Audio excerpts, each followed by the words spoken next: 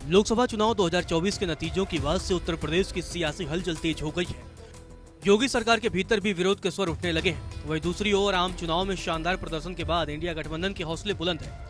इस बीच यूपी की 10 विधानसभा सीटों पर उपचुनाव भी होने हैं, जिसे इंडिया और एनडीए गठबंधन के लिए काफी अहम माना जा रहा है। जिन 10 सीटों पर उपचुनाव होने हैं, वहां 2022 के विधानसभा चुनाव में 5 सीटें समाजवादी पार्टी ने, 3 सीटें भारतीय जनता पार्टी ने, तो एक सीट पर राष्ट्रीय लोकदल और निषाद पार्टी ने जीत हासिल की थी।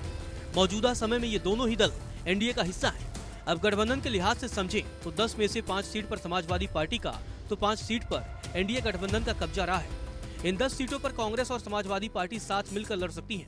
अटकल है कि कांग्रेस 3 सीटों पर अपने उम्मीदवार उतार सकती है। चलिए आपको बताते हैं कि इन सभी 10 सीटों के समीकरण का क्या हाल है और कौन सी पार्टी कहां कितनी मजबूत है। सबसे पहले बात करते हैं कटेहरी विधानसभा की।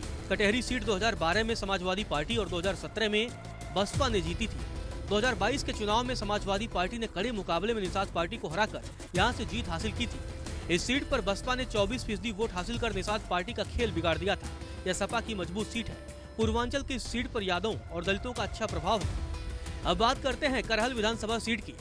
करहल समाजवादी पार्टी की बहुत मजबूत सीट है, क्योंकि पार्टी ने पिछले 3 चुनाव में हर बार यहां जीत हासिल की है। 2022 में अखिलेश यादव ने 67,500 वोटों के बड़े अंतर से चुनाव में जीत हासिल की थी। करहल विधानसभा सीट पर यादवों का अच्छा प्रभाव है। भारतीय जनता पार्टी ने अपने चुनावी इतिहास में करहल में कभी भी जीत हासिल नहीं की है। अब बात करते हैं अयोध्या की मिल्कीपुर सीट की।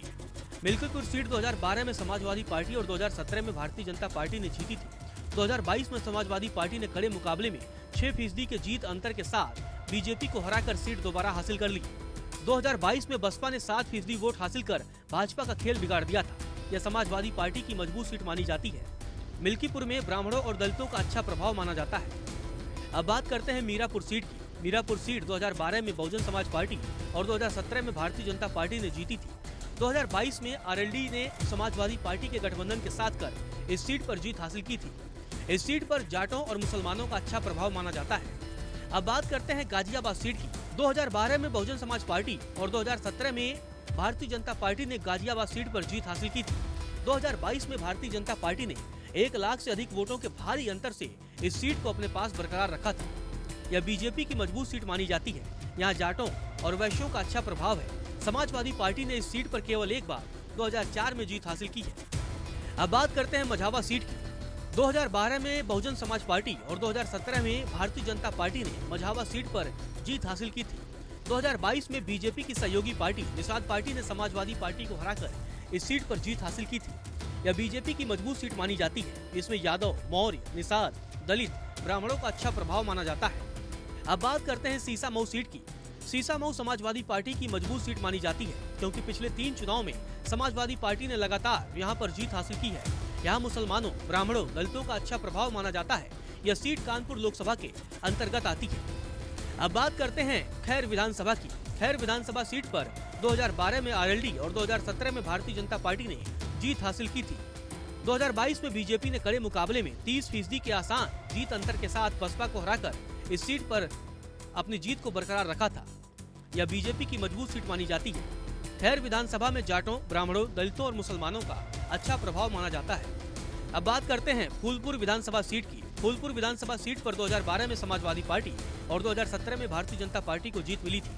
2022 में बीजेपी ने कड़े मुकाबले में 1% के जीत अंतर के साथ समाजवादी पार्टी को हराकर सीट अपने पास बरकरार रखी थी।